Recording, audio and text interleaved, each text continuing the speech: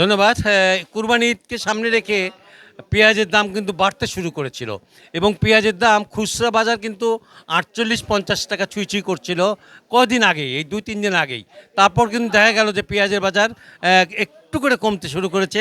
আজকে আমরা দেখতে পাচ্ছি যে পাইকারি বাজারে কিন্তু পেঁয়াজের দাম আপনার মোটামুটিভাবে আবারও সেই আগের দামে চলে এসেছে। অর্থাৎ পাইকারি ৩০-৩২ টাকা বিক্রি হলেও খুচরা কিন্তু এখনও ৪০ টাকা কেজি বিক্রি হচ্ছে। আর বিশেষ করে এই পেঁয়াজগুলো হলো আপনার হলো পুরা বছর রাখার মতন পেঁয়াজ, এবং এই পেঁয়াজগুলো খুবই ভালো। এগুলো তাহেরপুর থেকে এবং পাবনা থেকে এসেছে। এছাড়া কুষ্টিয়ার কিছু পেঁয়াজও আছে। তবে এই পেঁয়াজগুলো আমদানি একটু বেশি হওয়াতে দাম কমেছে বলে মনে হচ্ছে।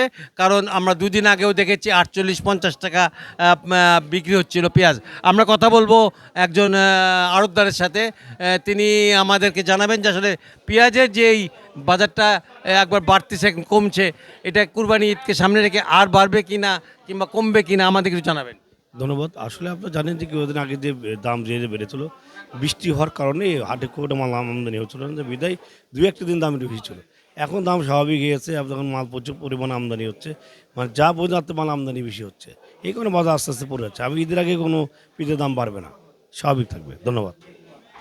আপনারা শুনছিলেন যে আসলে পেঁয়াজের দাম আর বাড়বে না, পেঁয়াজের দাম যে আর বাড়বে না, এটা যদি সত্যি হয় তাহলে কিন্তু কুরবানি ঈদের মধ্যে মানুষের মনে একটা স্বস্তি ফিরে আসবে, এবং এই স্বস্তিটাই কিন্তু বড় ব্যাপার।